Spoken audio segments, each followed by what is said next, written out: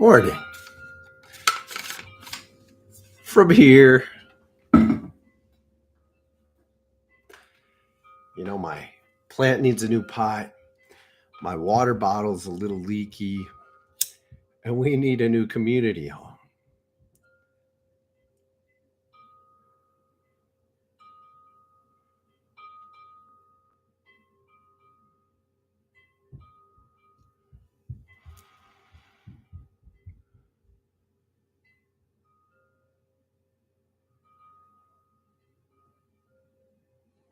Oh, there we go. Symbolic sight is the ability to see the way in which reality is communicating with you through what it reveals about the patterns in your life. A simple understanding of fractals is helpful. Fractals are patterns that repeat themselves in various ways on multiple levels. So you can get a big version, then a littler version, then a tiny version, but they're all in similar patterns harmonically. Something like this crafted in music would sound good. You can play something in one really low key, play the same thing in a middle key, play the same thing in a high key, and it all has a relationship. Reality works this way. In our lives, we're living through different patterns. And when we live through a pattern in one level, we're often so fixated on it that that's all we see. However, the same pattern is present in different forms around us. This body is not just ours. This body is a gift from the earth. So she has a profound capacity to draw our attention into different points of focus. So when our attention is drawn to recognize the way in which a bird lands on our doorstep and drops an empty seed, and then we look and perhaps we learn that this is not a seed that is edible. This is a poisonous seed, but it's empty. And why did a bird drop it at our doorstep? And that can be a pattern to reveal to you that there's a poison near you in your life that you might have eaten. The fact that the bird brought it is just like taking it to another level, that this reveals the way the world is supporting you. That's an extreme in some ways. There are all sorts of other ways in which you can see these kind of messages in your lives. And today, I'd like to reveal different levels of this, from chakra patterns to our rhythms in the world, to the way the global story is transforming. And first, I will say hello. Alora, thank you for being here. Tom, Joshua, Christopher. Me too. Angie, thank you for being here. Kinsey. This is a good time. It's a good morning. I'd first like to ask for your I don't know what I'm asking for. I'm a little grumpy. My whole family has caught COVID for the first time since it began. My wife, my son, and my daughter all have it. My wife's had some fevers. My son and daughter they're mostly like pretty energetic, like we're gonna be fine. But it's my birthday tomorrow. And this is a strange gift. And I like trusting the world. I like trusting what happens, but this one's a little bit frustrating for me. So we're grumpy around here. We're isolated. We've got a wonderful home and a wonderful yard. There's so much to be grateful for. But it's a tough time. And it's all the more a blessing that I can keep doing this, right?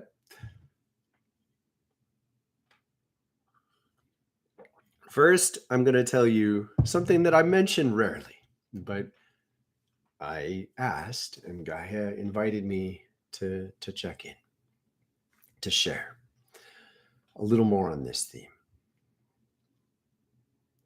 Reality is not free. Reality has wide ranges of freedom. Reality on Earth has enormous levels of constraint. We've talked often about how different eras in his story have made space for different wide ranges of behavior, many of which are awful, unacceptable in a fundamental way, but they were given space to exist so spirits could work out their karma in these ways. One of the ways Gaia introduces boundaries into the middle of stories is through things such as diseases. Diseases are not diseases, really. When you think too much on a material level, you really lose track of what's happening. Reality is more akin to a fourth dimensional creature in this regard. So just think in terms of 4 dimensions.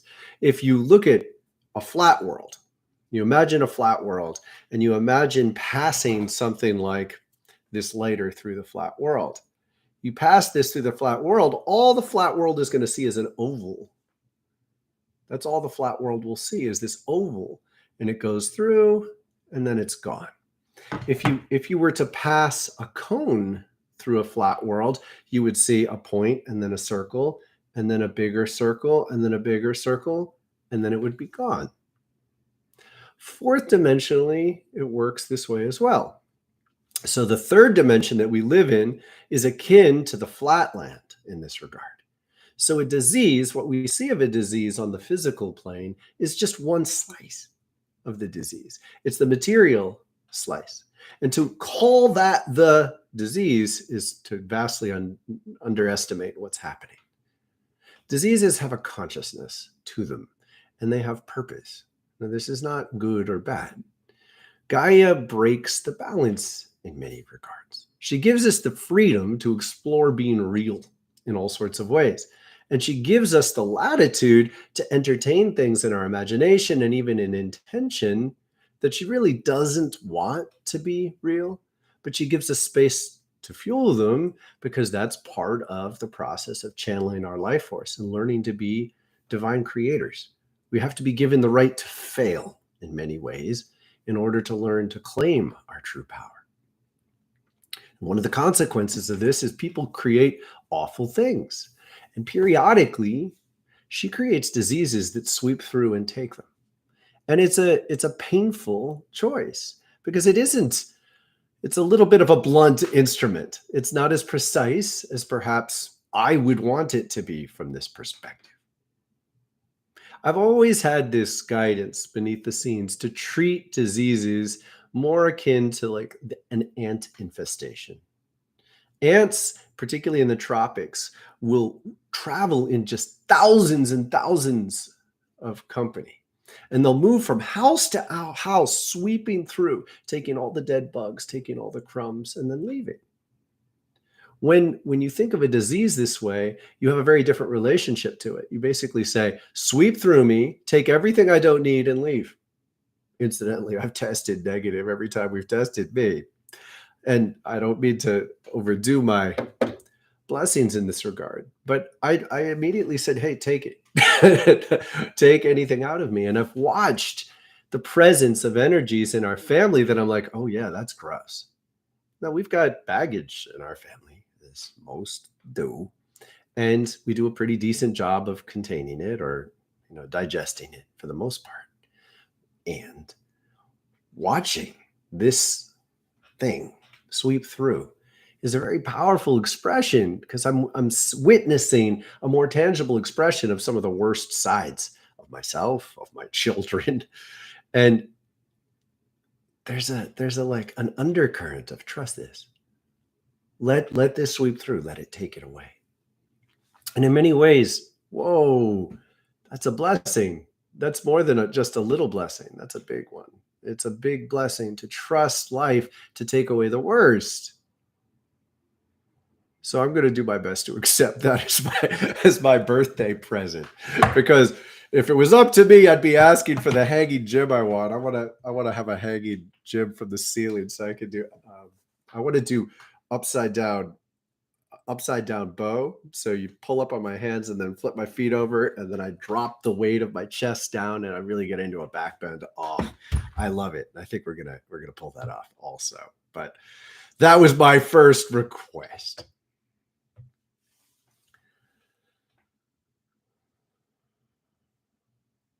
Today is a bit of a hodgepodge. So I'm going to tell you about several of the themes that have been percolating through.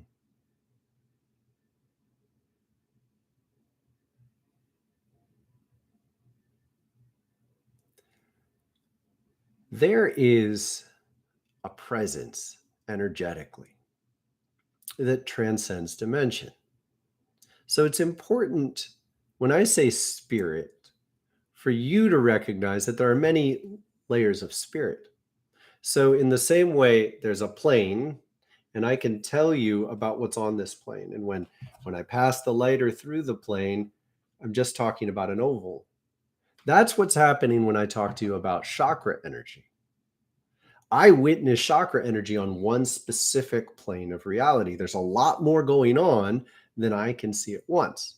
I have some exposure to a wider range, and I've been taught to stay focused right here. Because the layer I focus on, the layer you can feel at the surface of your body at the chakra points, is exactly where we have a lot of influence. Not only do we have a lot of influence, but it's an expression of the point where what's happening to me today intersects with what's been happening for a while. So essentially, it's not helpful to constantly stare at the worst problems in your life, right? You do want to stare at them when it's time, when there's an impact that's latent, that's potential. You have the potential to change some of the worst things. Well, you want to pay attention to it then. But if you think about it every day, your energy is going to constantly be fueling, going to be participating in the worst sides of yourself. And that's going to bring you down. And that would have a very detrimental effect on you. Chakras express energy, these rays of light that come out from the center, and they intersect right at the surface of our body. And this is communicating to us right now, this is something we can do. So our spirit is able to control our attention in large part through feeling.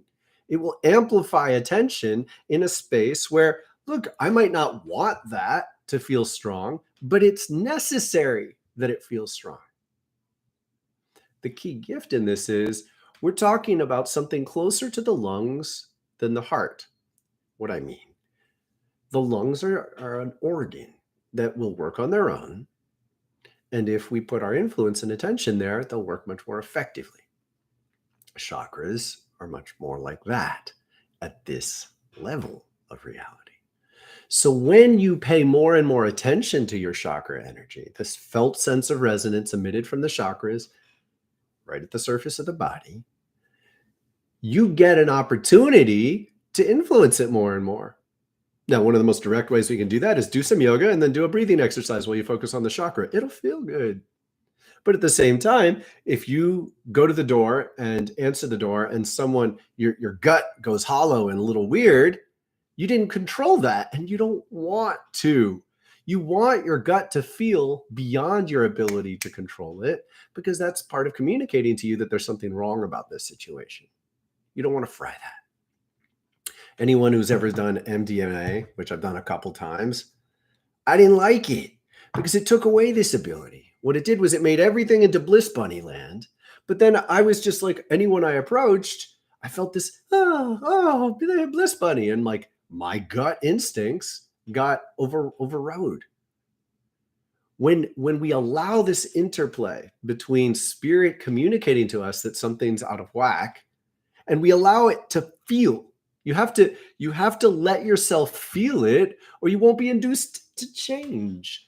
Part of the bad feeling is that you're being induced to change. And there's a real gift in that. But it doesn't work if you don't work on it. Point, headaches. I would say this is one of the common places that people don't do their work. Headaches, they trouble. How many of you? Please tell us now, if you're open to, how many of you suffer from headaches at least once a week? Headaches, in so many cases, are a direct expression of energy contrasted. So the contrast in the energy is generally you have developed resistant thoughts to the love that is true to you. And in that resistance, the amplified nature of it gets to the point where you feel it. And the fact that you feel it is not the problem. The problem is the contrast that exists within you. The problem is that that contrast is trying to show you how your thoughts are struggling against what's best for you. But you have to get your attention into these dynamics in order to allow it to unfold. And the more you take care of yourself, the less you can avoid it. So we have within us a kind of intrinsic urge to avoid the truth, the work we need to do, because it forces us into this space. It forces us. You don't get to just keep the choice to turn it on or turn it off. And so people will typically stay in a very numb space. They'll stay in a numb space because, well, if you're numb, at least you don't feel a lot of that pain. Now, does it work? No. Let me know. How's it working out for you? It's not. It doesn't. You could drug yourself, but all you're doing is sort of pushing it off to the side in this way and that way, because intrinsically, the suffering goes beyond the pain. The pain is just there to reveal to you the contrast. But intrinsic to that pain is that you are living a life that's out of tune in certain ways. I'm not scolding you. I'm nudging you towards paying attention to this. In the head, there are several basic ways in which this works. You could pay attention to where you feel the headache the most. There are different kinds of headaches. When people say headaches, they generally mean from the shoulders all the way to the crown. And when I go through a migraine, I can feel it through all these ranges. And I pay attention. I pay attention because it's telling me something. It's saying, here is where your contrast is focused. Here is where you are resisting your life the most. And I have increasingly gotten my trust into a space where, hey, I want this. I'm not just begging for it to be over. I want to do the work. In my most recent migraine, that was, I think, 3 weeks ago, I was put face to face with the fact that I've had the instinct to offer more expensive packages and to raise my rates. And I didn't want to. I just resisted it. It felt like it was putting me out of range of some people. It felt, I don't know, I didn't want to deal with it. There are lots of layers that I won't articulate because the point is I was resisting it. But I was getting dreams to do this. I was getting dreams that showed me this was the way. And within those dreams was a purity that was coming from my truth. And then I was struggling with it. So Abraham Hicks, they talk about this really beautifully, the contrast.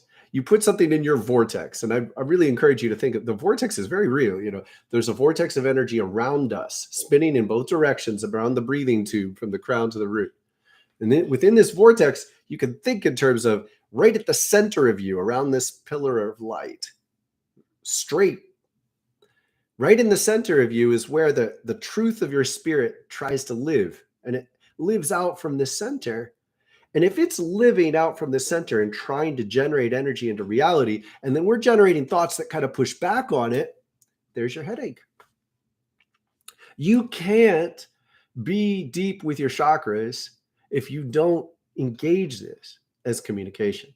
Now, you don't have to heal it all by any means. You just have to commit to respecting there's something going on.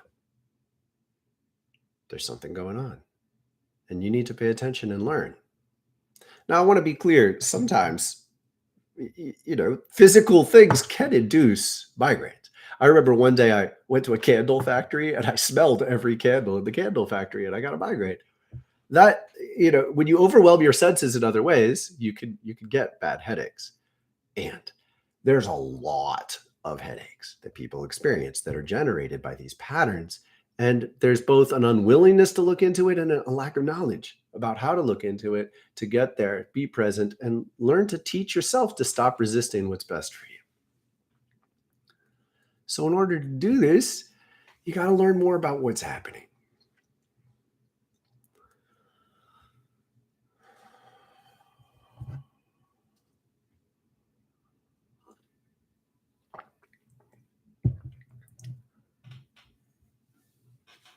I want you to let go of preconceptions you might have about what's happening.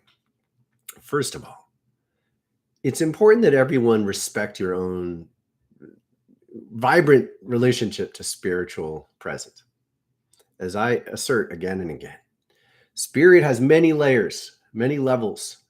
When you think of spirit as a dimension up and down from where we are, it's like taking the flatland and showing us there's all this range, and there could be something happening here, something happening here, something happening here. You can't say what's happening in my chakra and I will tell you everything about it. No, I'm telling you one clear slice. It's very influential and it's well worth learning about. You might see something here or here or here. And so the fact that I see this and you see this doesn't mean that your own personal relationship is irrelevant. I am adding and focusing on this particular range and way of seeing. I assert that because you might get a preconception about what I'm doing, and your preconception could get in the way of understanding it, if that makes sense. I say to you again, I see smudges of light down the spinal column, and I can focus on each chakra. And as I focus, clarity emerges. In the Hebrew tradition, they call each of the energy centers sphirot. It translates. It's very similar to the word for book, and also it means something like spiritual kingdom. So when I look into the chakra, all of a sudden you're transcending physical reality. It's not like thinking in terms of in the chakra, slightly to the left of the nose is this, and slightly below the nose is this. It's not like that. Now I see things that way at first, but then it becomes like a portal into another world. And as I stay focused on the energy point here, I can get whole little stories about what's happening in those themes. You have to be able to go into it and then come out of it, and then go into it and then come out of it. There's this like ability to engage and then release that is crucial. There's this crazy song going around. I can't. It's catchy and it's driving me crazy. I'm a Porsche without brakes.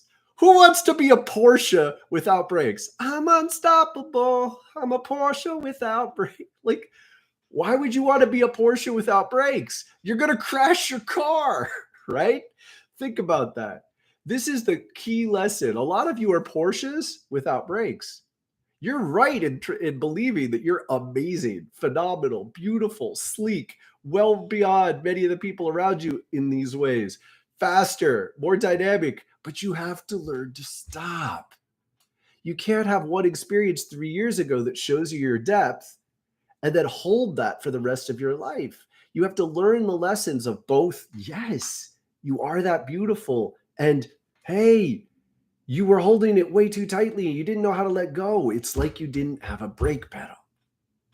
And I assert this because I do all these readings on you, right? I go into a presence where I'm like, it's not just reading. I feel it. I get enough of a feel for who you are and how your experience works that I can tell you a lot about it. And it only works because I can let go. And that's why I'm doing this. I'm saying, okay, now I'm letting go. Now I'm letting go. And in this ability to, you learn the same dynamic you need to learn within yourself. You are beautiful. You are fascinating. You are full of the most incredible potential. This is not about building your ego. This is how we're born. This is our natural state. To reclaim it is to recognize that you have to kind of constantly measure your own limits. You go into the depth of your beauty and then you let go of it. Now, the analogy in yoga is just brilliant. In your yogic practice, the place you want to be is somewhere between your edge and natural ease. So for those of you who are committing into the yoga practices, encourage everybody else to, because this is where to learn. This is the best place to learn that I know. You do it with your body. First of all, you get healthy. Second of all, you cleanse yourself while you get healthy, as in you get stronger, and but at the same time, you're learning the mechanisms to clear yourself every day. So you bring yourself into balance, you clear yourself, and then you can hear your spirit. but also you're learning the dynamics of how to interact with spirit. So by using your body, you put your mind, your mental attention on how to use your body, but it's the same kind of lessons that you carry into how to work with your spirit. When you're going into a range of exercises, you want to find this balance between your natural ease. So you emulate the pose to the point where you still feel natural and it's almost easy. So I really encourage people to just move once into a pose and don't adjust yet. Move once and then don't adjust and just be there. Now get that feeling. You're still natural. You just moved there in one motion. So you still get to feel natural. Stay with that feeling. Go deeper, but keep that feeling as a priority. When you do, you can start to tune in. Now, what are you capable of? This only works if you let go of absolute measures and make every day a new day, every new day. And this is really frustrating. Like, I can't tell you how much I want to be able to just do a certain pose and make sure I can always do it. But it doesn't work like that. If you go to your edge, you go to that place where you're still learning, you're still finding yourself, you invariably aren't going to be able to pull it perfect every time. If you can, you're not at your edge. You're not challenging yourself. So when you go into challenging yourself, you have to get into this deep curiosity. Where am I at right now? And then you feel into it and you try to carry that sense of natural ease into what you're most capable of doing. Oh, now that's another story. Now you're learning to make difficult things easy. But the second you let go of the feeling of natural ease to prioritize going towards the form, you're gonna get into struggle. And once you get into struggle, you get into frustration. And I still do this. I've pushed so much in my life that I still carry this extra added. Like if you saw me driving spiritually, I would still be like a little bit, you wouldn't necessarily want to ride with me all the time. You guys are tough. That's why you're here. You do ride with me this way. But I'm a little lurchy. I don't slam on the brakes, I'd say, but there's a little jostling going on. And that's how I practice still. Like I'm still pushing towards my edge. And then maybe I try 2 more times than I should. And I'm frustrated. And part of getting better at that is to tell you, this is how it needs to work. You need to prioritize this balance between staying natural and easy and pushing. And then as you realize that your body, your mind, and your spirit are not going to come together to focus clearly now, you back off. You back off before you're angry about it or before you're frustrated. Now, this is the same thing you do with energy. You go into your focus. You asked to enter the kingdom of the chakra. And as you enter the kingdom, you have to stay with this natural ease. What's coming, fluidly, what's revealing itself to you, opening like a flower. You can't push. You can't go, come on, flower, open. Like, can you imagine yelling at a seedling to tell it, open, flower? Now, first of all, flowers feel. Like plants feel you. If you approach a plant that way, you might kill it. You certainly may well make it sick. And that's the same thing that's true of you. Our chakras are subtle. They respond to the way we see them. A lot of people don't need chakra work. Don't go telling everybody to do chakra work because until you're ready for it, that's kind of what would happen. People would be bringing the gruffness of their attention into cultivating flowers, and they're going to ruin their flowers. It would be detrimental for a lot of people to bring a rough, brutal attention into chakra work. And so you have to look at that within yourself. If you feel like you're stuck, maybe you've identified too strongly with wanting to succeed, which means you're identifying with your edge and even past your edge, and you're not prioritizing a natural ease to it. You want to say natural and easy. And in doing that, please trust. Sometimes people are skipping over the first simple thing. Look at it this way. A pose, I wish we were in the room together in a way that would work better. Somebody tell me a pose you struggle with yoga. One of you who's practicing yoga, tell me a pose you struggle with. I want to work with what people post. I want to have a little more interaction going on here. Okay, headstand. Thank you. So if you identify with wanting to be on your head, like you might struggle. I'm going to show you. All right.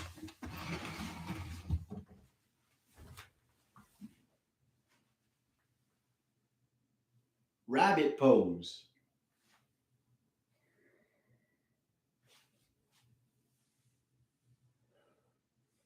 Jackrabbit pose.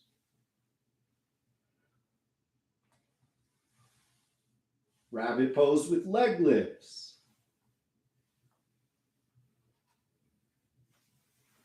Jackrabbit pose with leg lifts. High jackrabbit.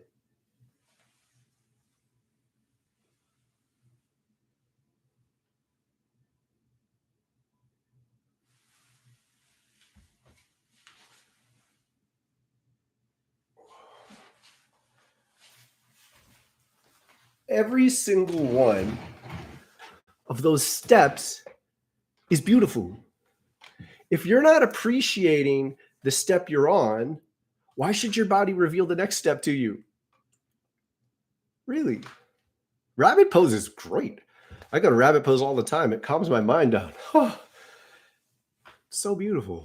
Your crown goes straight to the ground. It's a discipline of saying, go just a little more, and see how you feel. Keep that easy, natural grace. Now, I just did yoga before I practiced, which is before the class. So that's why I'm comfortable going to a headstand now. I wouldn't go into headstand like that in general. Because where we are every moment of every day is changing. And when you bring a natural curiosity to it, not I am someone who could do a headstand. Now I did this, all right. For years, I traveled around the country and I'd go into like new houses and like I'd just be the acrobat who did headstands. And people like loved it. Oh, he's always doing headstands. Well, I didn't admit that I had a tension in my neck way too often because I was going in cold. My body didn't really want to go in yet. I wasn't staying with natural ease. I was identifying as someone who could do headstands whenever and wherever he wanted to. That's part of what makes me a good teacher now, is that I know deep within me the consequence of living like that. And I can turn to you and say, look, please, how many people, when you go into a house, like it's like a lot of people are hanging out, gathering of whatever sort, how many people get down in rabbit pose? Like nobody does that. Like you don't just do that. Why not? Because we're boring, because the world is boring. Why do you have to go into a headstand? Yoga is often taught this way, where people, you expose yourself to the extremes. I'm very unsure that the most flexible and strong yogis are the best teachers. Like why? Like we look at things, right? On YouTube in particular, we like looking at the people who are strongest or can bend the most or whatever. But in some cases, they don't even know how they got to where they are. Sometimes it's natural. Sometimes they push really hard. What's the path to get to where they are? What's the path to just get the best version of you? Well, the way to find that is to stay deeply committed to this every day. Where am I? Now, appreciate where you are, because I promise you, like, how many of you did rabbit pose yesterday?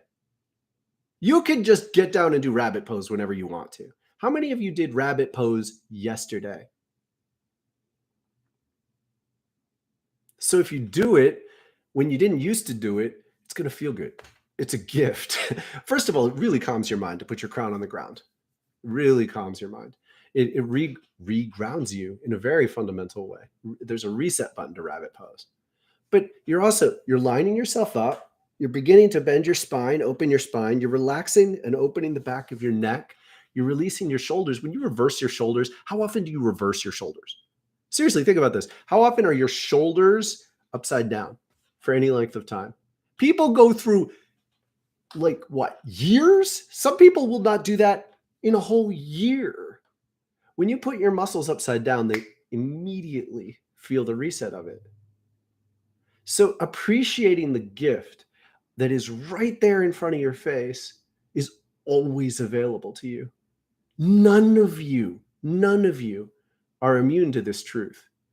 when we are present with exactly what is possible for you, with all your constraints, with all your baggage, with all the heaviness in your life, with all the sludge in the way, with all the confused relationship dynamics, with all of your head trips, with everything you carry, there is still something that is perfect for now. I once lived in this house. I went on a pilgrimage of sorts, and I ended up in this house in no, they don't want me. I say that they don't like me advertising where it is.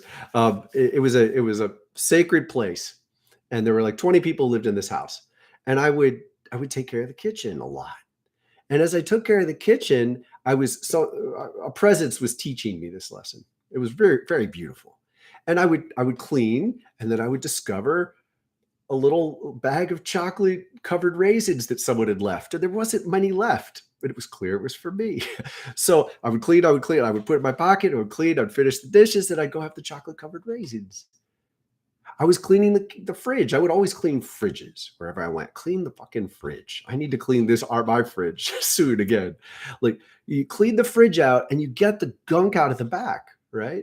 And you get the grossest stuff, and people are often not cleaning the fridge because you kind of don't want to know what's there, right? But then you do that and you discover something that, like, we had a brand new full thing of sauerkraut that we didn't know we had. And it was all the way in the back corner, and it was perfectly good still. If you don't eat sauerkraut, eat sauerkraut. It's so good for your gut biome. Once I did what I did in January, I did my 10-day fast. I came out of that fast. I ate 2 giant tubs of sauerkraut. I just wanted sauerkraut. It's just everything in me was drawn to it. You find treasures when you clean out the fridge. This is what happens to you. I'm telling you very clearly that there is a resistance in you. If you are not paying attention to your chakras every day, it's like you're not paying attention to your fridge. You're just used to grabbing what you grab from your spirit. And it's the stuff that's in the front. It's the stuff that's accessible, but you're not combing through because you're scared. And you're scared for the right reasons. There's pain in there. There's confusion in there. And some part of you doesn't want to know about it. But there's jewels in there. There's sacred gifts in there. There's chocolate covered raisins in there. There's stuff that you forgot. You can't get rid of the bad without losing a lot of the blessings. And ultimately, the blessings are more important because you take out the bad, you get rid of it. It's satisfying, people. It's satisfying to pile up 4 jars of things that are kind of gross. It's satisfying to open it and dump it and compost it. It's like, damn it, I did that. Now I'm free. Because every day you're living with that baggage. You're living with an awareness of this. You already know.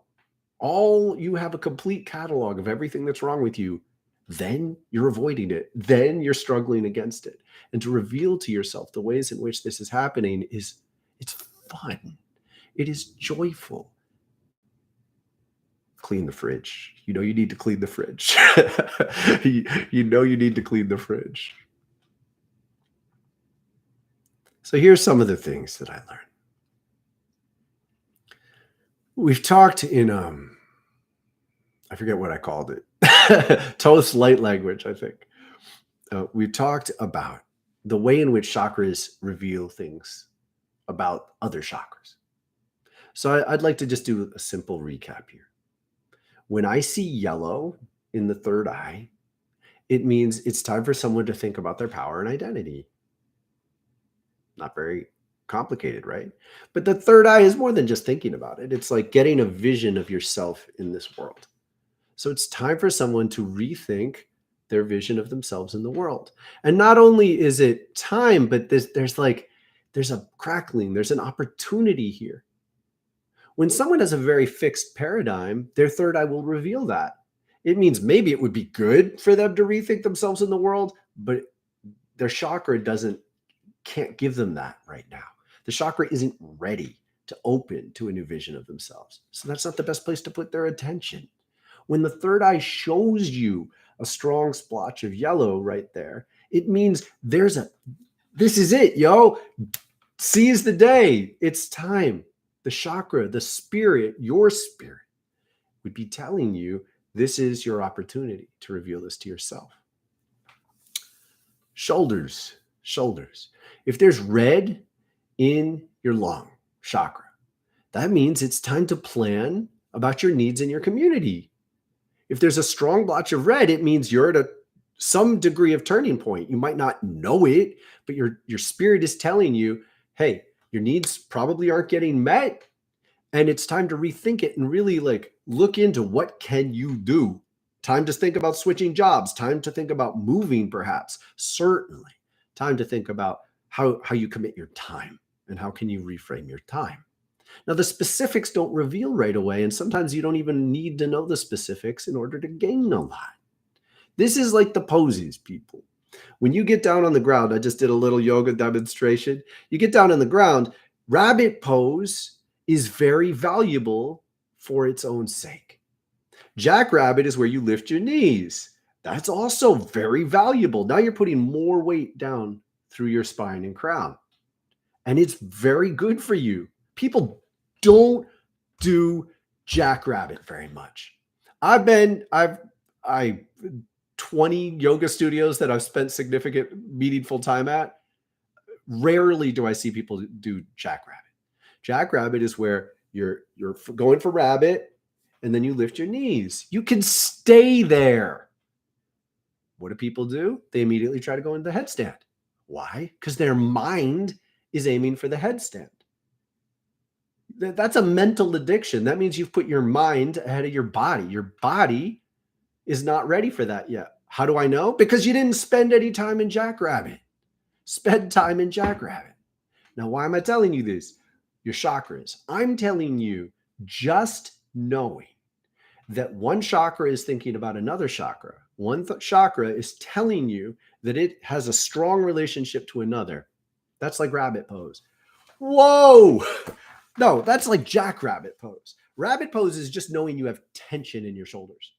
So there's this base level. You know you have tension that's associated with your lung chakra.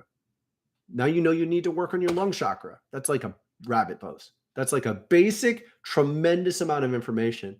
Practicing that for a year could be valuable to you. If you know that you have more tension in your lung chakra than you do in any other area of your body on a regular basis, that's a tremendous amount of information. Now, next level, jackrabbit. So in jackrabbit, I'm lifting my knees. I'm putting more pressure down through my spine. I'm telling you an analogy here would be my lung chakra is telling me there's red. So one way this could be revealed to you would be you breathing with the lung chakra. You know you have tension here. You're breathing with the lung chakra. You're breathing with the lung chakra, and you start to get a little angry. Now, that anger isn't always red in the root, but there's a good chance. And when you breathe with that emotion, you might think of treating someone poorly. And when you treat someone poorly, you might feel guilty, and then you're off on a head trip. No, get underneath it. Breathing, feeling. What's wrong? Presume that something in your needs is not getting met. Now, you might need to change how you handle this emotion. You might need to treat your family members better. I often do. Unfortunately, I still catch it this way too often. And underneath there, something needs your attention. This is tremendous. This is just jackrabbit pose so far. Now I know I have a need that's not getting met that I need to plan for. I need to change my time. Now, a headstand would be something like this. I did this the other day, and I knew there was tension in my shoulders. I breathed into the tension in my shoulders. I got in tune with a need. I breathed into the need, and I'm like digesting the problems. And I got a memory of a time a year ago when I went on a 4-hour walk when I had a migraine to the woods near me. And I went barefoot. I have not done that since 4 hours barefoot in that park. I haven't done it since. I only did it when I had the migraine. That's not okay. That's not okay. This is headstand level energetics. I'm getting in there and I'm saying, why? Why am I not doing that? Now, there's a whole range of reasons. I'm, focusing on my work in a way that's not effective. I think a lot of you would be more blessed by a video of me talking in the woods than you would by me sitting in front of this fucking computer. Now, it's nice when it's live, but I've been recording, videos with me sitting here, not live. Why don't I go to the woods? My chakras taught me that's what's wrong for me. And getting into that level of insight is extremely valuable, and you can do it. But I didn't get here like that. I did it like I learned to do a headstand. You do one step, you appreciate it. And the step we're talking about for you guys is to be able to diagnose where tension is. That's it. What areas of your body do you feel somewhat uncomfortably on a regular basis? That's a question. And if anyone wants to answer it, tell us. What areas of your body do you feel somewhat uncomfortably on a regular basis? I'm going to sit here. I'm going to read your answers, talk to you a little bit. Thank you for the likes. I really appreciate them. They do a great job. I'm learning recently that my disdain for paying attention to how YouTube works has cost me dearly. Like a couple of videos have gotten significantly more, like 3, 4, 5 times as many views. And I'm like, damn, like the difference is subtle. If I just pay more attention, a lot of times at the beginning, it makes all the difference. So when you watch things, if you watch them all the way through, makes a big difference. When you click like, makes a big difference. One of you just clicked like. Thank you very much. And early on is when it makes the biggest difference. Believe it or not, things getting to, 20, 30 likes makes the difference between going from 200 to going to 800. So, please, this is fishing. We're fishing for people who are wonderful, who are interesting, who are creative, who are insightful. It's a video game of sorts. I don't mind wanting to win the video game, but ultimately it comes down to attracting people together who are amazing and remarkable and beautiful human beings. And you can help that just by paying a little more attention than you might otherwise. And thank you when you do. Thank you for the likes. Thank you for being here. All right. I am this week gonna thank you, Tom. Right leg. So okay, this is a lot. All right. So we're going to just do this really quickly. Right leg. Legs go to root. Right is left side, logical side. When there's pain in the logical side of the root, that means to me, some part of your spirit is resisting the structure that would be healthy for you. When that's associated with the root, resisting the structure of your life that would be healthy for you. So, what does that mean? Work with that. Notice I'm not going to interpret more than that. I give that to you to say, that's how much the basics get me. My neck. So neck, super simple. Draw it around. It's usually the throat. Sometimes it could be higher. If it's higher in the neck, it can be chin and your trust for transformations, but almost always neck, throat, communication. Understand, communication goes 2 ways. So the neck is actually a receiver as well of people who are trying to connect to you. Often when there's pain in the neck, it says to me, like someone's like, listen to this. Did you hear this? When I was a kid, I always heard this. You're being a pain in my neck. It's real. It's when someone's talking to you in a way that's really wrong for you, and yet your attention is there. And it probably inhibits you saying what you really want to say and prioritizes them or whatever community, someone in a community that just doesn't have space to say the word chakra. Well, that's going to give you, if you're living into chakras and you're excited about every day, and yet you're surrounded by a community that doesn't want you to talk about it, that could be a pain in your neck. So think in terms of that. Structurally, you're in a dynamic conversation in your life that is inhibiting your true voice and prioritizing something that isn't really true to you. Right leg, shoulders, ankles. Oh my gosh. Oh, bless your living soul. Neck. So neck we addressed. Hips, shoulders, ankles. So hips, often it can be confusing whether to associate them with the root or the sacral. Often it's both in the hips. When hips are, it means there's an imbalance. So you may well be prioritizing some needs in relationships, and they are your needs, but you're deprioritizing others. So, part of you is happy and part of you isn't. Typically, it's not as clear as you might want, but taking a step back can be really valuable when the hips go wrong. Now, yoga really helps. When you do yoga and you do like hip stretches, you want to get yourself open. You're aligning your spirit, and then you're saying, when I'm aligned, what do I want? So you do the yoga, and then after the yoga, particularly hip yoga, you say, who do I want to spend time with? What do I want to spend time doing with other people? And watch what your natural instinct is. And this is next level. Watch if it changes. So I could do yoga and I can be tense and unhappy an hour later if I make all the wrong decisions. So you do the yoga, you get yourself open, and then you choose who do you want to talk to. You call them, you talk to them, see how you feel. Oof. Ankles typically, this is talking like directly connecting to the earth, right? So it's root, meeting your needs and connection to the earth, but it's also typically there's a like, you're not letting the earth in. You're not letting her support in. For whatever reason, you're identifying with a pattern that's not in tune with the earth, and you're resisting the gifts that are trying to be fed to you through your roots.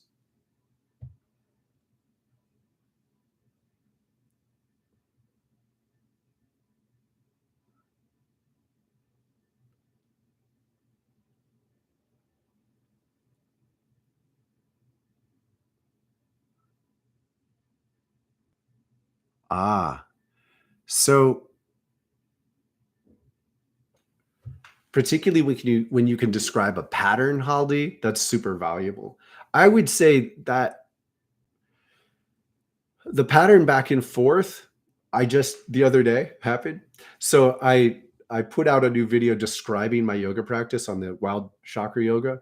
It means a lot to me because I explained it clearly and now it's there. And I can say, hey, to other teachers, this is what I'm doing. I don't know that it's anyway. Afterwards, I was meditating that evening and I started talking to Lakshmi, who is an Indian goddess. And my heart blew open and it was really strong. And I watched myself kind of get scared. And I pulled away and she says, oh, you want less? And I was like, no, I don't. I love that feeling, but I was resisting that feeling. I was scared of the level of commitment it was giving me. I'm like, oh my God, am I just going to drown in this?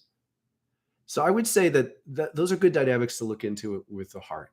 Often we believe we want something, but at the same time, another part of us is very scared of it. And it's important to honor the different elements of ourselves. When you can even watch the changes, you're in a mid-level pose energetically. It's like revealing a lot to you. And to go deeper and to integrate those parts of yourself is to honor, hey, of course, that bright, fiery feeling when your heart opens brilliantly is beautiful, but it can in many cases be too fast. It can be warming the rest of your system too quickly. The heart chakra feeds your whole body, just like the heart organ feeds blood to your whole body. So it's legitimate to allow different elements of yourself to say, that's a little too fast. Now, you don't want to let go of it because you know that's your true desire, right? So the trick is to stay committed. I do want to go that way in the right time. Make it a little more general. Soften it and create space to honor the other voice. Don't just say, oh, I'm going to burn through you, which is, I've done this a lot. And it's legit. Like it's frustrating whatever element of yourself seems to be sabotaging the best. Because in many cases we develop parts of our personality that sabotage our progress. But the best way to transcend that is to give them a little more respect. They're not allowed to drive, but to be like, hey, okay, I hear you, part of me. You're scared. You want me to slow down. I'm going to pray for the right pace to these. I'm going to pray to let go of my fears that are rooted in the past, but I'll create space to do that at a pace that gives me space to let go of my fears from the past. So you develop a little more of a dynamic dialogue with yourself through the chakra. Now, I'm purposely, maybe that was a little too much information, but I'm purposely trying to give you some and not too much. Stomach. Well, stomach is phenomenal. So literally your stomach, is higher in the solar plexus. People often mean navel. Your gut is actually your intestines. So people, I'd say more typically are feeling gut stuff, but they're both different. When you feel things in your gut, it's about processing your power. It's where we process food. So the question is, are you taking in what you need? And are you processing it and turning it into who you want to be? So diet tells you a lot about this, the way your gut biome is doing, the way you digest food, the way you let go of food, but also energetically, you make this change and you say, hey, are you the person you want to be? Are you becoming the person you want to become? Are you honoring when your gut is letting you know? Because the gut, the core, the navel chakra is where you're going to get gut instincts about whether you're in the right environment or not. So this is breaking away from the analogy with food a little. And it's saying, hey, if you go into an environment regularly and you just ignore the fact that your gut doesn't feel good, chances are, you don't want to ask the question. Maybe you're in a job that you don't feel like you could leave. It pays the mortgage. You don't want to let your family down. You don't want to frighten people, but your gut is regularly feeling awful. Chakra work would suggest, hey, we honor that you have to pay the mortgage. We honor you don't want to terrify your family, but at the same time, your gut's telling you there's a big problem here. So it means you need to set your course to heal this.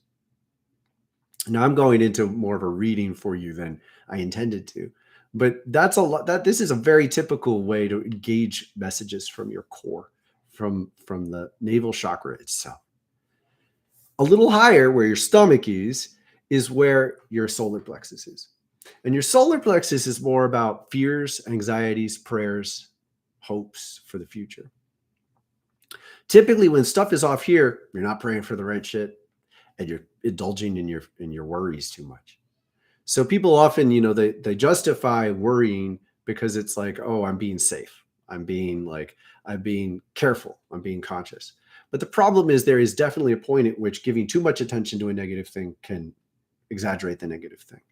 So the key here is you don't want to ignore it when your system gives you a warning sign, but you do want to involve messages in your solar plexus with a recommitment to what's healthy. So this is where we're putting healthy prayers. What are you praying for? What you can do when you feel anything here, if you feel like tension or unpleasantness here, or if you feel anxiety, so you're recognizing it emotionally, you can learn to tune in and say, what am I steering towards? Now, chances are you're not being clear. Chances are you're either not being clear or you're just not investing in it enough. Maybe you want something, but you don't want to admit to yourself that you want it because you're afraid of letting yourself down. This is a real typical one. People have failed in the past. People have lost what they've wanted. So you're afraid to invest in what you really want because you're afraid that it won't work. And that's really and truly not just a lack of resolve. It's a lack of attention. If something didn't work, there are reasons. There are lessons, less on. I love this one. If something did not work in the past, there are reasons it didn't work. There is a way. Life was telling you a lesson. It was saying, turn it down. Maybe you wanted to get married when you were 19 because you were so convinced that that was the right way to go. But there was a less on in that said, hey, you didn't really know about what it would take to live with someone for several decades. If you don't stare at that and you still remember it as the biggest heartbreak ever and you're afraid to love again because it hurts so much, then you're not getting your attention into learning the lessons you need to learn. The solar plexus does this. The solar plexus says, look, turn on what you want, say what you want really clearly, say it with passion and say it again tomorrow. Feel it. You say with feeling. You go into your dreams. You want them. You let yourself desire them. You let yourself enjoy them, and then you want it more. And then you watch what the world gives you, and you respect what the world gives you. And if the world breaks it, take it as a less on. You turn it up, the world turns it down. You don't have to be terrified of the world breaking you and turning it down when you know that you're committed to learning your lessons ahead of time. This is the message of the solar plexus. And as you go, you develop a clearer sense of what to dream for, what to pray for, and you allow yourself to evolve, and you don't have to fear your past anymore. You no longer essentially are praying to not have pain. When you don't get over pain in your past, you essentially remember it in your solar plexus and you're saying, I don't want to go through that again. Why are you thinking about that? It's like you're saying this and then you're saying not this. You're saying this and then you're saying this is a tremendous waste of your energy, but it is a lesson. So get your attention in there, learn your lesson. That's a function of the solar plexus in many ways. Learn your lesson and then get into what do you want now? What's going to make you happy now? We're getting deep into these things, deeper than I intended to in a way. Yeah. I mean, it would be false to say you can associate everything with a chakra, right? But this is an art. And in many ways, the third eye is a really wonderful focus of our concentration. Focus is a crucial aspect of this. I have a tremendous focus. I do not focus clearly on the physical world. I can focus clearly on other things, but you can learn to develop that in a lot of different ways. When I was young, I could ride in the car. My father could listen to a book on tape and I could read a book and just block out what was the audio. To be able to do that is really quite a gift. And it means it's also like annoying to the people around me that I'm not as present with them. So the real key here is to develop your concentration and to develop the ability to move around with it. And this is part of the third eye. Learn here first. You breathe here, do the blind cross breath. Kinsey's making videos of each of the breathing exercises. So there's just like 1 minute and a bit. Super useful to just go to that, do it for a minute. The guidance is there. And then you breathe with it, and you just concentrate on the third eye for a while. Concentrating on the third eye for a while helps your third eye learn to concentrate on different other areas of your life. And eventually you want to take that into an ongoing meditation. 15 to 20 minutes of meditation. It's plenty. 10 is valuable. 5 can change your day if you do it in the middle of what you're doing. And you really need to chill out. You realize you're making bad choices. I would encourage you to aim to be able to meditate for 20 minutes, at least once a week. Now, that's a low level. I do it much more often than that. And aim for it and achieve that and embrace it and celebrate it. And that's one of the best things you can do with your concentration. And when you're doing it at first, just concentrate on your feeling and let your thoughts go. And which means let them happen. Don't try to stop them. Just concentrate on your breathing and your feeling. And eventually you'll transcend any one chakra. It's not just the third eye, but it is a crucial element of living a good life. Okay, Christopher, you really mean stomach? I hope I spoke to it clearly.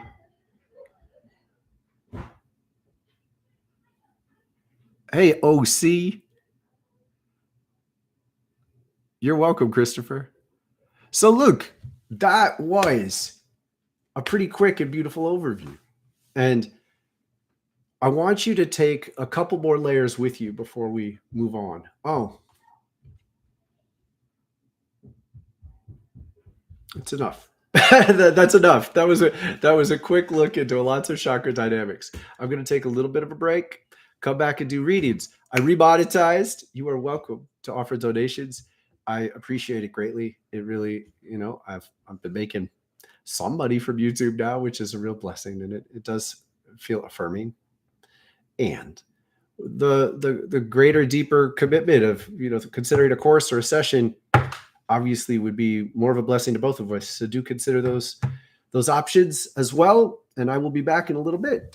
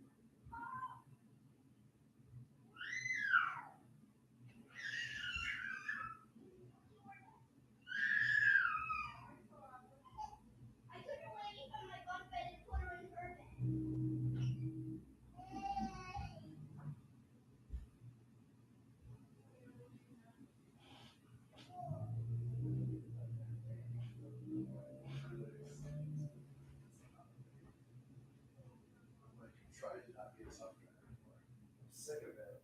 I look at myself, I look like I'm petulant. And then I go back to being me. I'm like, yeah, you look great. Thanks, love.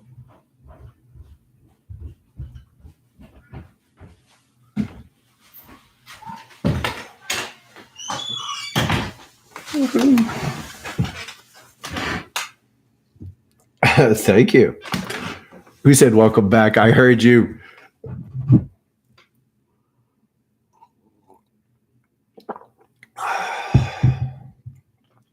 So before we proceed with readings, I have an idea and I'm going to run it by you. And if a couple of you are down with it, then I want to do it.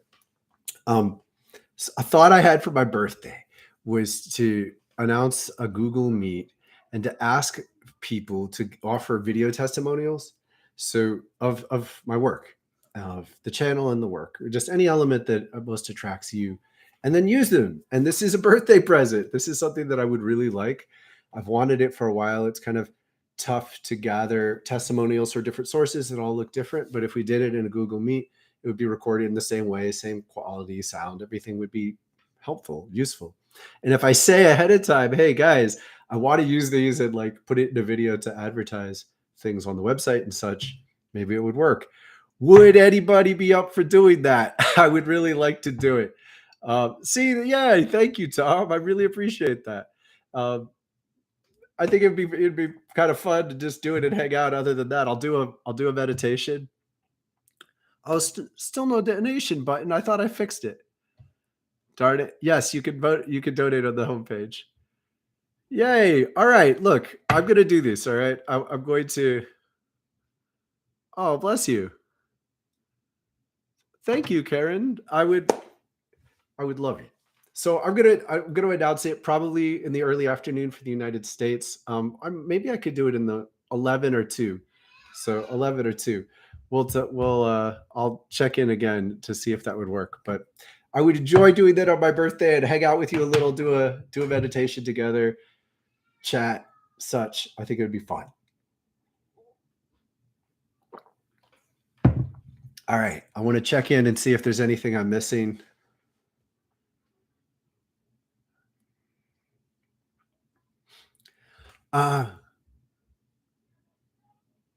One of my great teachers, it's a woman named Carolyn Meese.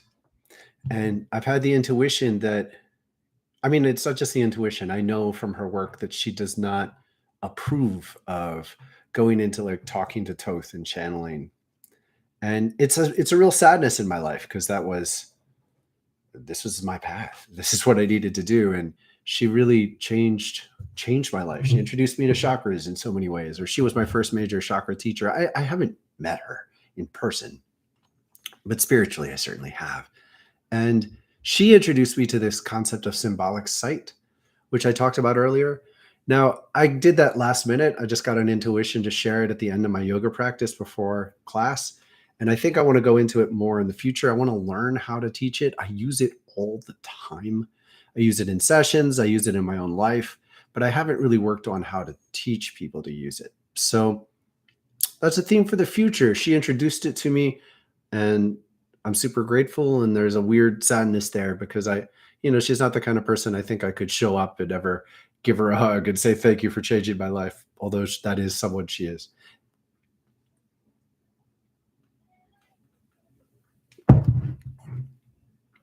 All right, Tom.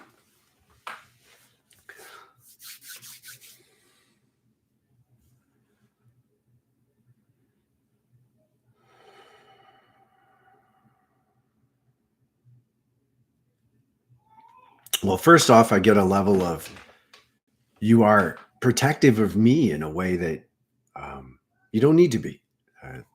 I have extreme limits, and I think when you tune into me, it could be misleading.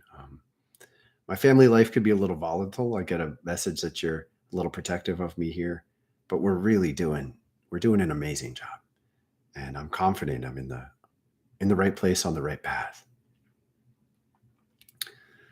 Beneath that, there's definitely a sense in your lungs of taking it to the next level.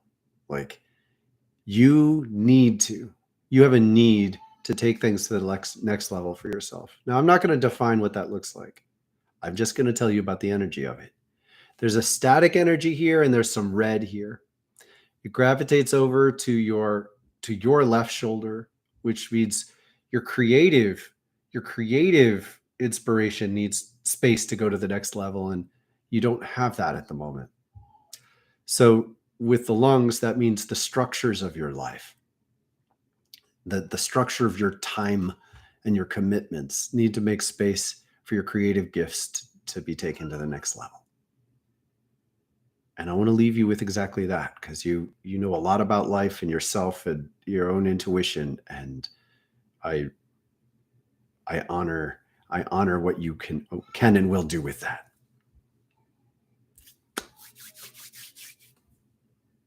Shannon.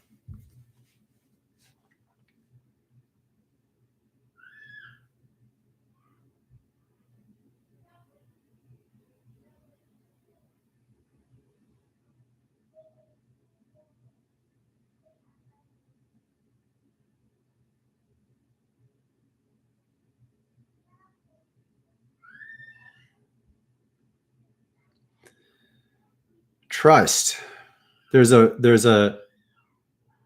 Your trust is healing.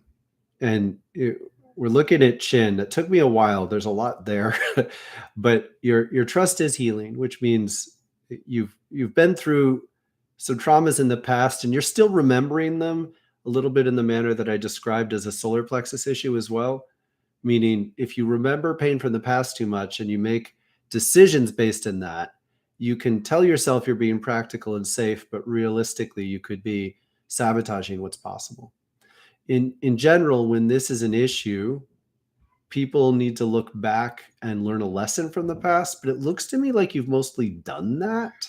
And all that's left is a little space for healing.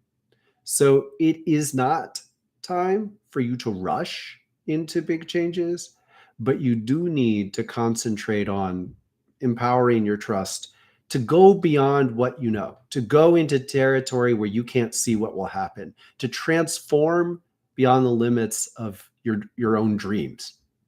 This is a real need for you, and it's a real part of your near-term future, like the next 9 months.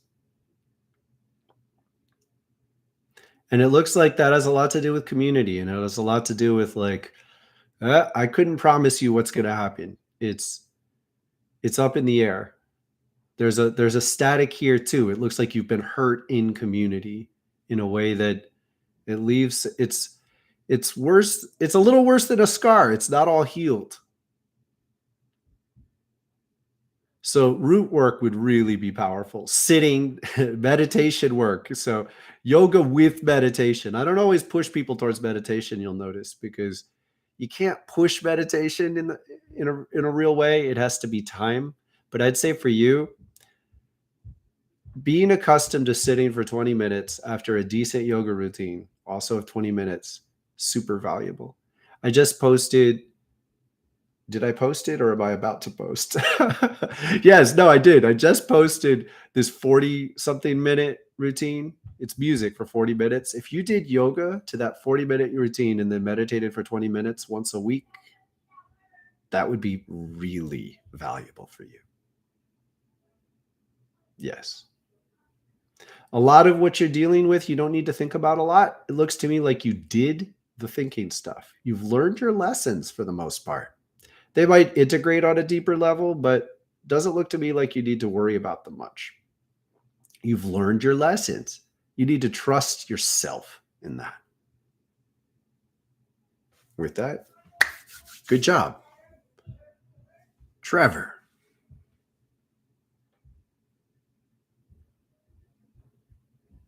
Don't say I told you so. That's mean. It's great, man. You're on something and you know it. And trust it. Trust it. But I'd say, even, how do you make this easy? One of my best yoga lessons was, how do you make difficult poses easy?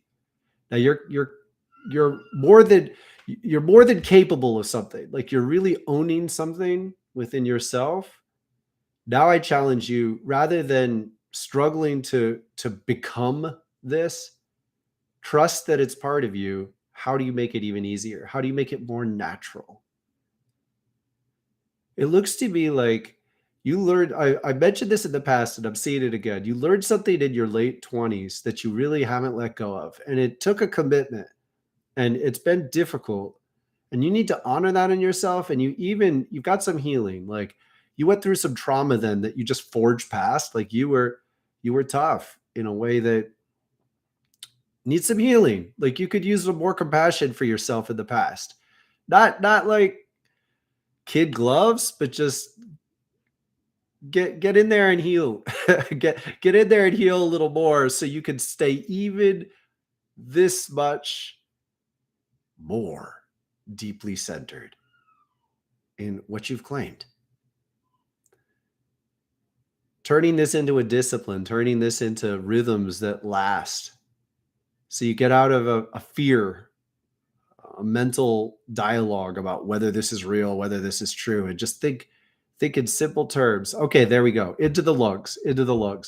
What's the discipline that's going to work? What is regular rhythms of investment in your spiritual path? You want to turn this into your main, it's like, this is your main channel. So how can you take your disciplines and be this much more honest about what works? Not from your head. If you were here earlier when I did the lesson on headstand, the lesson on headstand is to stop aiming for the headstand, is to cherish jackrabbit. I can't tell you enough. People could practice jackrabbit for a year without trying a headstand. People don't do jackrabbit pose. Why? Because they're pushing too hard for headstand. You need to be in jackrabbit pose in certain ways in your life. Really love it. Don't just look forward. That's being in your head.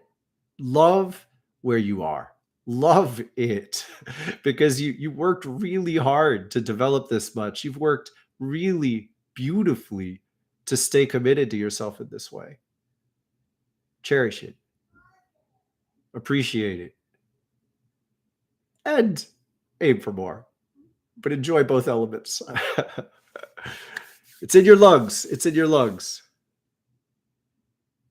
Thank you, Shannon.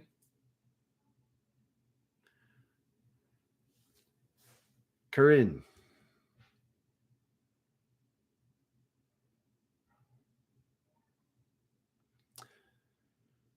So, looks to me like your third eye is kind of heavy. You're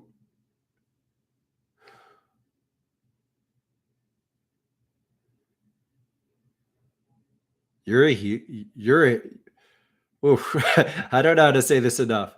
You're a healer and you're out of context. You're seeing pain, you're seeing wounds in people, and you're still reacting a little bit like a victim, meaning you're haunted by it, it's lonely, it's confusing, and it's frustrating. And you're legitimately having difficulty interacting with other people because you're seeing their pain and they're trying to avoid their pain.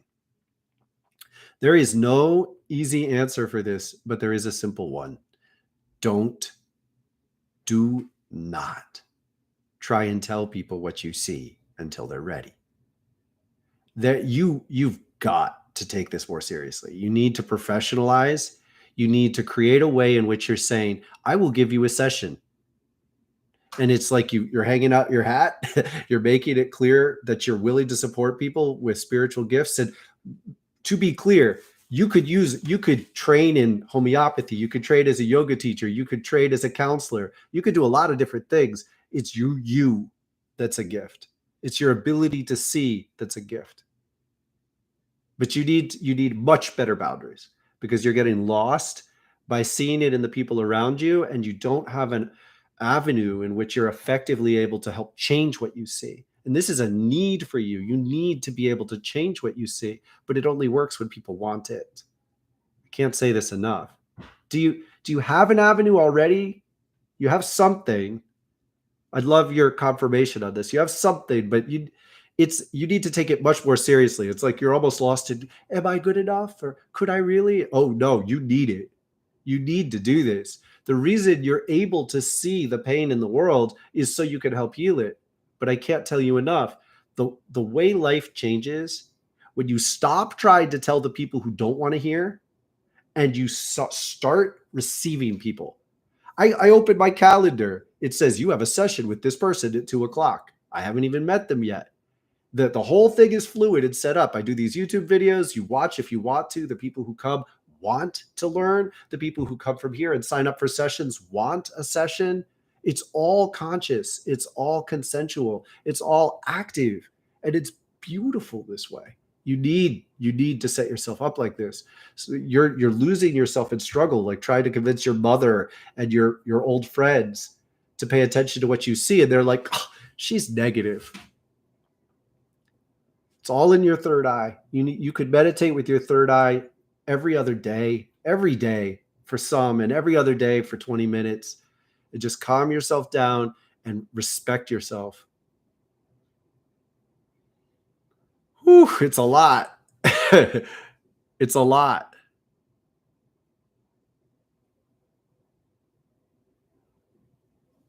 There you go. You got it. Oh my God, I could cry. Please, this is right.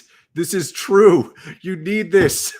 Please don't allow yourself to doubt it. Don't allow yourself to get lost in like questions of, is this the right path? Am I good enough? It's beyond that. This is a calling. You need it. You are needed, and you are suffering because you are so active and you're so good. You're so talented, but you don't have the right channeling. A life alignment practitioner sounds perfect for you. It sounds great. So congratulations. Stick with it. Put your attention there and just don't talk to people until make them want it. Definitely don't try to convince anybody. Oh my gosh, you need so much more appreciation. You need so much more appreciation. And I do. We do. We do. Like, everybody, please hold a prayer for her in that, because that's what she needs. Beautiful.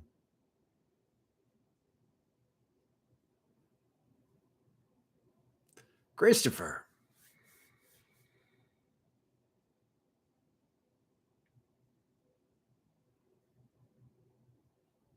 This is the most peaceful I have seen you yet.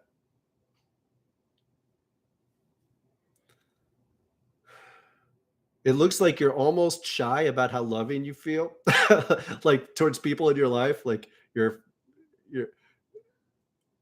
but you're really feeling loving. Like you want to make the world a more loving place in a way I absolutely appreciate. It's good. Like I've never seen you. I'm always drawn to your shoulders. I've never seen them this clear. Whatever you're choosing right now is really good, and stick with it. I'm inclined to share, like, this theme for me is sometimes I catch snippets of myself in recordings and I look kind of mean. And I immediately tune in and I'm like, I'm I'm carrying an attitude because it's a little scary, like exposing myself to the world. I never know who's going to show up, and I'm sort of preparing myself for criticism. And I'm putting on this edge that I'm like, ooh, gross. Am I really safer with that? And I would guess that you've done some of this. Like, my speculation is that you're a little afraid that being loving makes you look weak, and makes you susceptible to criticism or vulnerability, makes you vulnerable in a way that could get you hurt. Whatever you're doing recently, it looks so healthy. I have never seen your shoulders always draw my attention. Never seen them so good, and I just encourage you to celebrate it. The way you're changing yourself, you're going in the right direction, and slow it down. Like, there's no rush here. This is not going to slip away from you. You got it. You got it.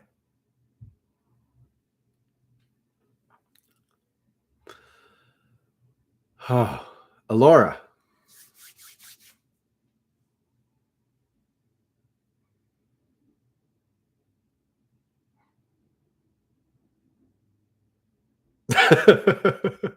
Uh, um,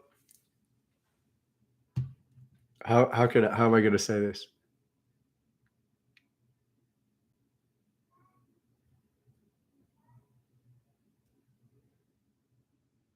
So I'm looking through your root, and I'm seeing you've developed yourself in really exceptional ways, and you're deciding it's worth it to share. And your experience of sharing has not been great in the past. You've been underappreciated, and that sucks. And you're deciding it's worth it to share. Period. And it looks good. It looks good for your spirit. I obviously think it's a worthy way and a place to share. I encourage you to trust this. It looks to me like you're still recovering, and it's appropriate not to force things. Really appropriate to stay in tune with how your body's responding, but keep going. It's the discipline over time that's going to make the biggest difference. And I encourage you to look forward to a year of where you still think of yourself as not an invalid, but you're healing some old wounds. And like, you don't want to take a bandage off before it's time. And these are spiritual bandages, they take time. Your trust is good though. You got it. You got this. Then there's worry comes in. But the first view of your chin was health. Stay with that. The backlash, notice the backlash. A lot of times people will feel potential, and then the worry will set in, like in response. But notice the difference. The first potential is more real. Your trust is more vibrant and present. I can see it. And then there's a backlash, and weather the backlash. Expect it. It won't disappear right away. But breathe through it. And you can do that with your chin. You can do a lot of work with your chin here. There. There's this pose sequence I do for the chin where you go, I'm going to show you. I love this move. I want everybody to know this move. It's really great.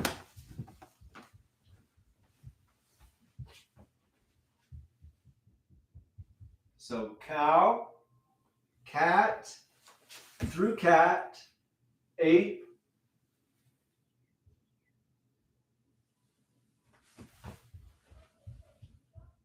cow, cat.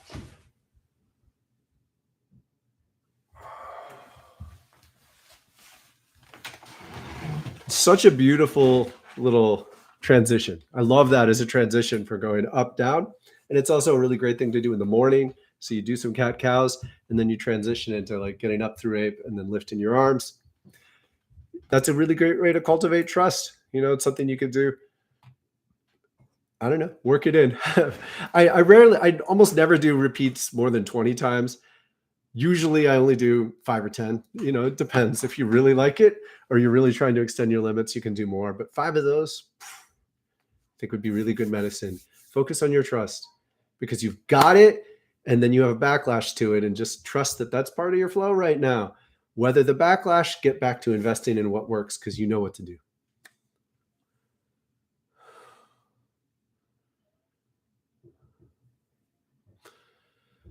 Whew. Erica.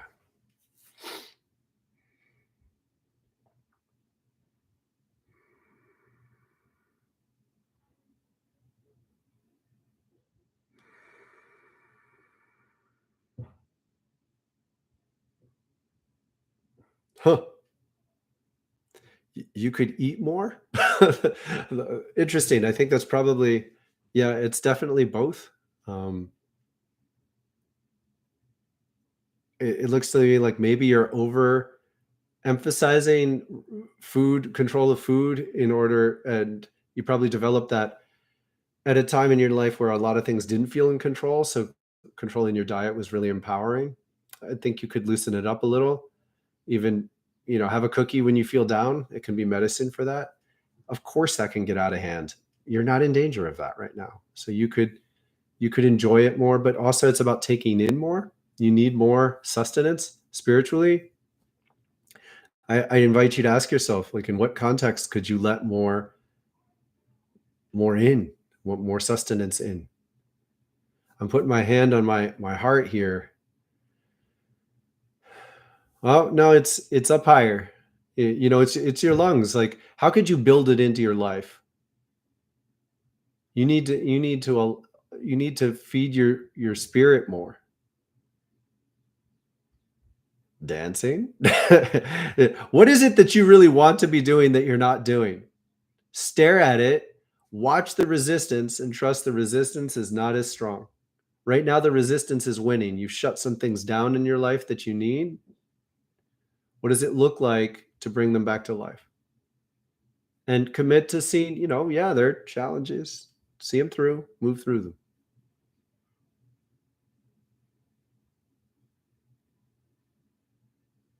Good. So I'm going to encourage you to focus on the connection between your heart and your lungs. Looks to me like your heart is healthier than your lungs, but needs life breathed through it. Like you really need, there's some static here that you could breathe right through and then lift. And there's a beautiful connection between the heart and the lungs, where energy from the heart lifts into the lungs when you set the right patterns. So when you're not living the right patterns in your life, you don't have time every week where you're doing what you need to do, then there's like the heart is sort of like, come on, I don't want to feed that. The heart wants to flow into a life that's full of what you need. So I encourage you to like be curious about this. Don't answer it tomorrow. Be like, what does it look like? It doesn't mean go dancing once. It means find a way that you're going every week. It doesn't mean do yoga once. It means find a way that you build it in 3 times a week. If you need to schedule it, schedule it. Put it in your calendar and set aside that time and protect it. What is it that you need? And I can't get over the sense like going to a coffee shop and having a cookie periodically would really be a good thing for you.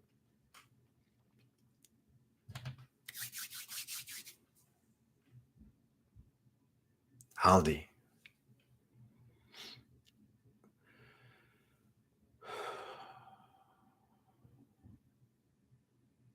It looks to me like you have been doing your thing for so long under difficult circumstances that you've almost lost the belief that it could be better. Yeah, and I like this. I relate with this resolve. It's really beautiful. And there's a fire in your heart that's like, here's the thing. Does it have to be so much of a struggle? Really? It did at one point. But now, can you set higher standards for yourself? And if that involves changing your environments or at least changing your environment sometimes, can you commit to doing that? Aha. It looks like your solar plexus just is kind of open, like you're not praying for these needs. Like you're just not. You're being so present in the moment, and you've become so effective at like dealing with what is in front of you in a way that, man, we need to celebrate. Like bless this, bless this. Oh my goodness. You're an incredible person to deal with what you've dealt with this well. Can you please pray for more for yourself? It's not, it is healthy, because when you thrive, you make the world a better place. Pray to thrive in a way that makes the world a better place. Please. We need you. We need you to be your best. You're ready to take this to the next level. You're doubting yourself and you're creating. Let me put it this way. A year ago, I tell this often. A year ago, my yoga practice was languishing. I was not willing to teach because I wasn't in good enough shape. If you look at there's a video from a year ago, and I'm like, I got a dad bod, like it was not pleasant, and I kept saying, I'm not in good enough shape to teach. I finally gave up. I'm like, fine, I'll teach, and then I got healthier. You have enough to give on, to pass on. You have enough to serve. You are more than good enough. You need it. You need to be you. You need to be flowing more into the world. You can't just be this isolated furnace to burn negativity. You're very good at it, but that's only one of your roles. Please, you need this, and you will improve and you will get better. All you need to do is commit to keep asking your questions, commit to keep asking for help. Keep asking for help when you need it. Keep being willing to face your growth and change and heal. Don't teach people the things you're learning. Teach people the things you trust that you're good at, but you know plenty of things that you're good enough to share. You're needed.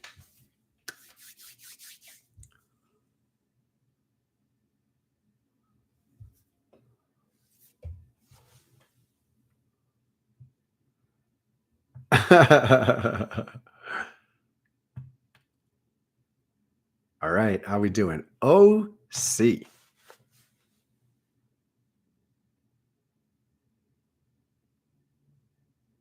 Your occipital nerve is damaged.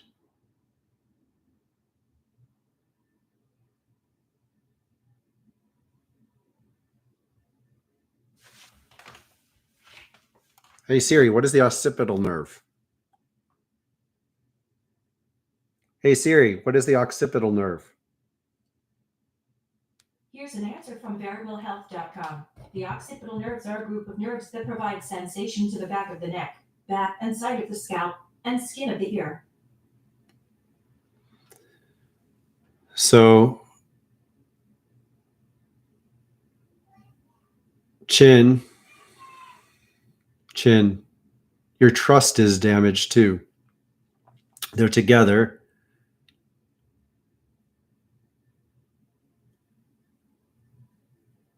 You burned out in a way that, like, you got judged. I wouldn't be surprised if you or people you know have been, called sick for phases of this transformation you've gone through. And it's like, first and foremost, you need to relate to the sense of spiritual awakening. I encourage you to do a search on my channel for spiritual awakening and listen to everything we've talked about on spiritual awakening. And then branch out and explore YouTube. You need to relate to this as this is you. This has always been you. This has always been the primary thing you're going through. I want to cry. Like, you need to fully trust this. First and foremost, period. End of story. The chin chakra is about trust. You have been in a system that doesn't believe in you and that actively pathologizes the transformations you're going through. Now, look, spiritual awakening is a dark night. It contains a dark night of the soul, or several dark nights of the soul. It means we face all our pain. It means we face repressed trauma. Those things are not the primary thing that's happening, and they never have been. We face those things so we can be who we know we can be. Please embrace this. I care about you. I feel so protective right now, damn it. Like, can we? Yes. I offer you a circle. We circle sometimes, and I'm going to offer you a circle. Like, if you could imagine, people, we're sitting in a circle around OC.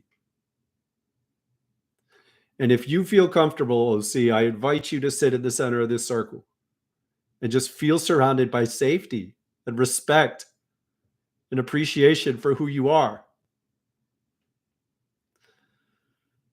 We are with you in this, and we are more real. Truly. Don't buy their bullshit. Nobody who doesn't understand what you've gone through can really help you get through it. You have a clear, strong center. It's powerful. We believe in you as this.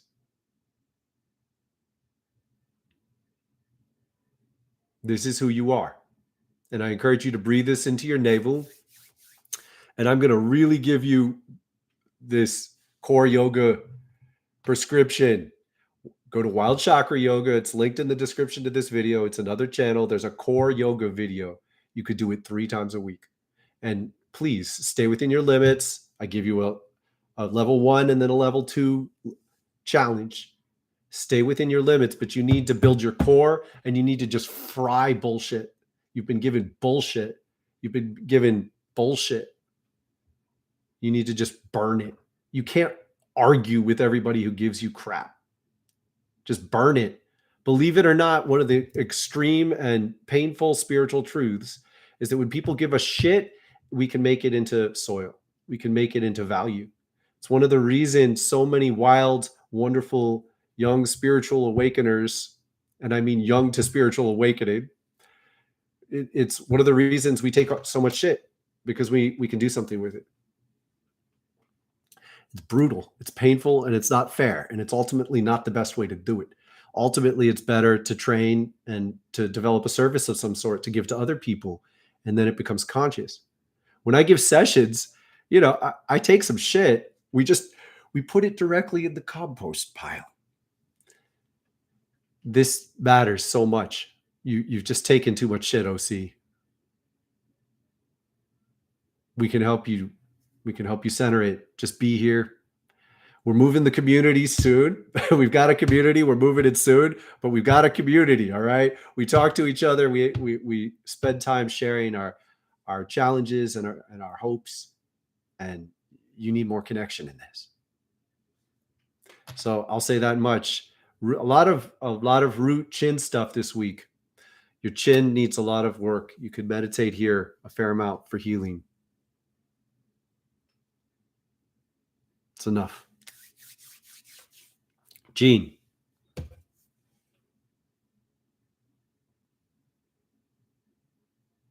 Simple joys. You're on simple joys time. Like when you see a robin, watch the robin. I want you to get up and watch the sunrise. If you're not getting up for the sunrise a couple times a week, no, get up, get up, get up and look out the window. There are birds to see. Get up and breathe the air at least a minute. If you don't want to stay outside, don't stay outside, but get outside, breathe the air early. Yes, coffee's fine. Have a drink of coffee. Enjoy it. You need simple joys. You need simple joys. You don't need tremendous discipline right now. You need simple joys. You need to walk around the block. Do you walk barefoot? Like, find a place you can take your shoes off. Find some shoes you can take off easily. If you don't have sandals, you need sandals. You need sandals for this year. You need sandals. You can take sandals off easily.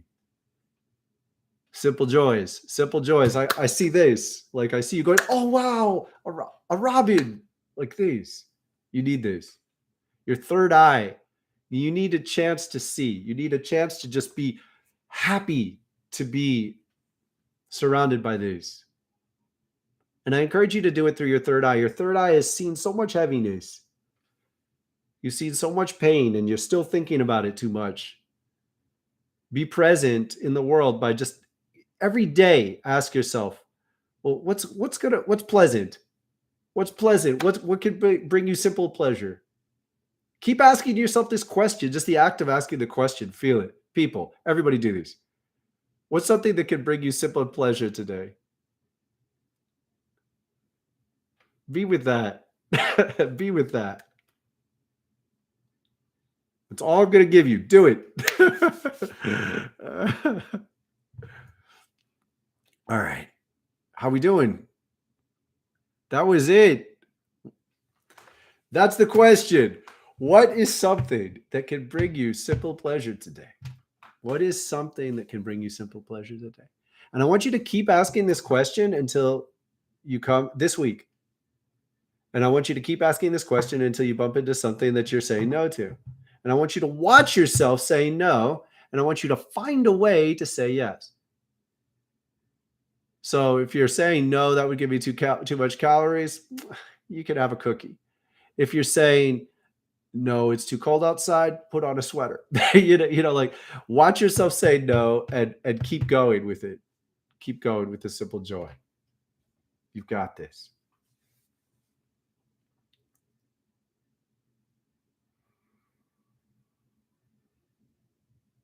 There are miracles coming. I can feel it.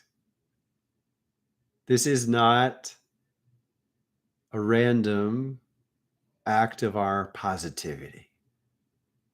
This is the weather of the world bringing streams of hope and possibility through.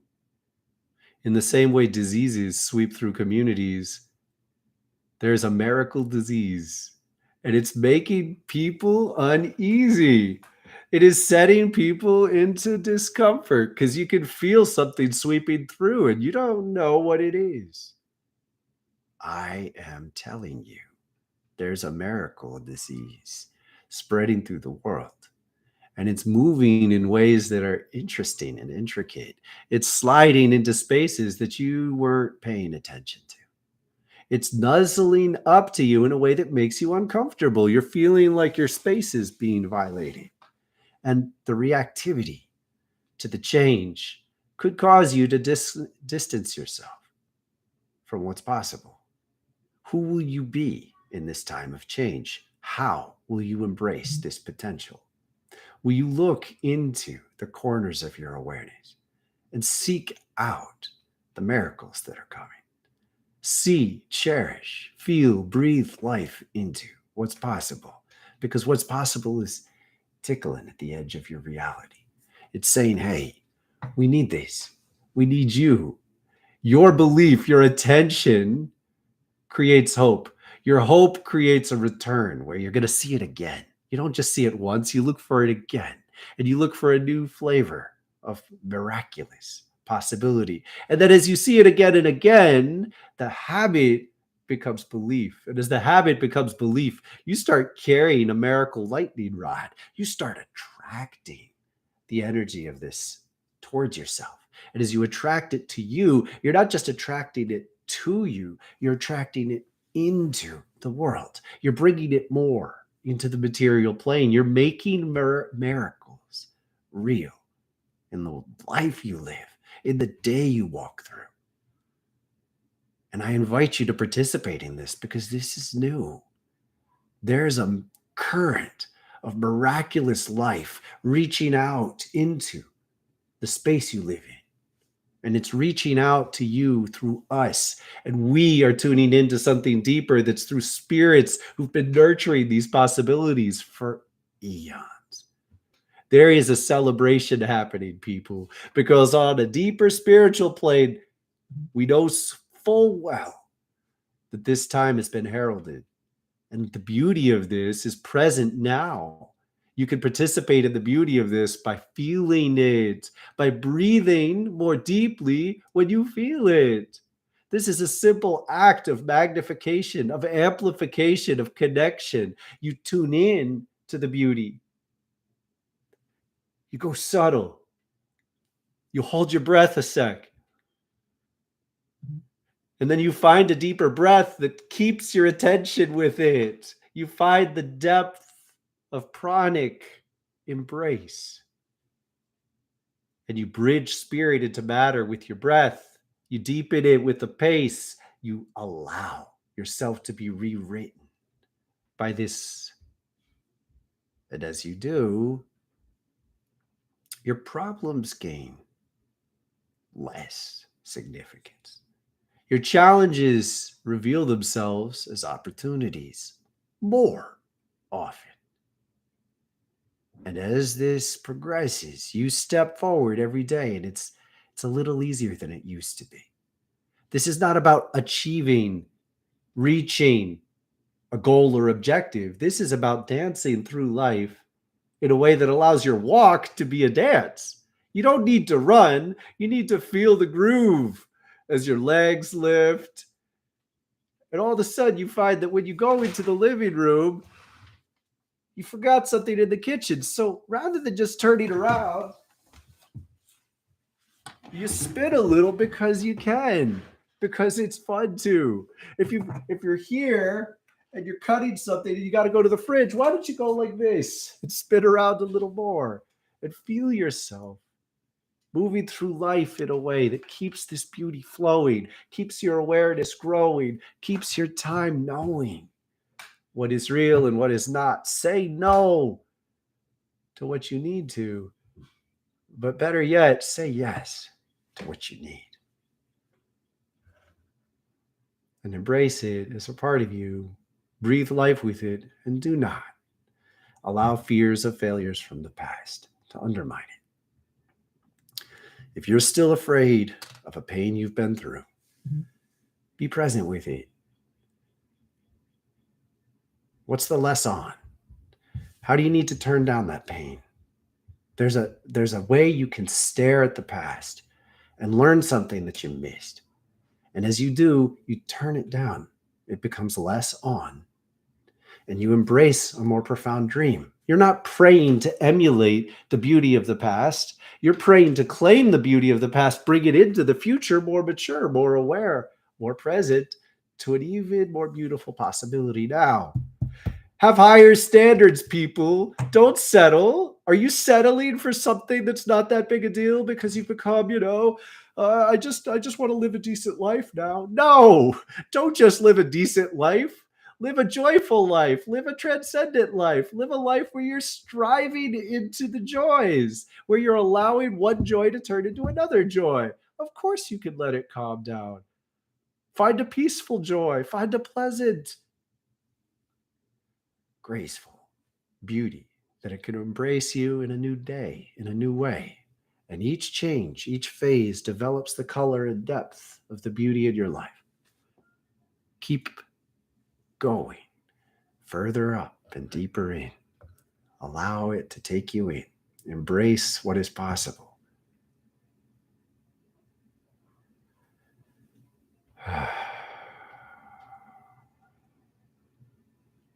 And start with your breath and return to your breath.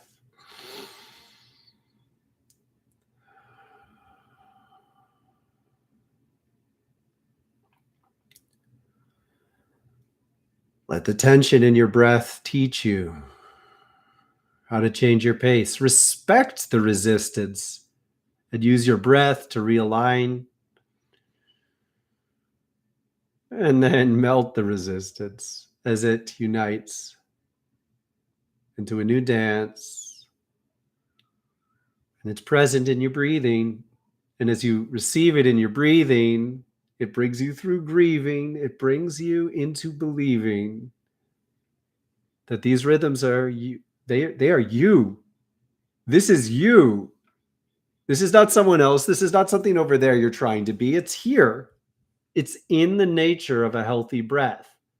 And a healthy breath is a healthy breath in relation to your sickness, in relation to your disease. You don't get a healthy breath 2 years from now when all the problems are gone. The healthy breath is the breath that brings health into your tension, into your anxiety, into the pain that is present now. So find it now. What is the healthy breath for you right now? And with that, I leave you for today. I'm going to post an invitation to a little testimonial party for my birthday. Tomorrow is my birthday. And I'm going to do a live Google Meet, maybe at 11 a.m. Eastern Standard Time. And I'm going to record it. And I ask that people come and offer a testimonial.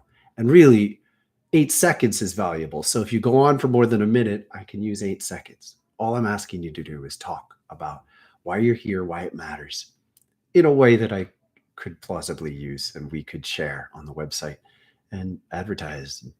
Reach out, connect, find more people who we could bless, be together, dance together. I'm leaving. I'm going to go have a drink of fruit juice. Much love, people. Thank you for being here. It's a joy sharing this time with you. White. What am I missing?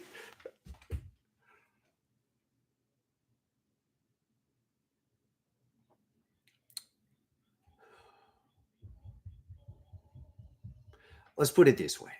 I know full well what my calling is, and I am not what I'm not. I am what I am. I will learn into everything I need to learn. So I'm well aware of the daunting nature of some of the challenges ahead, and I love it. I really love it. I'll become who I need to be. Please do it with me.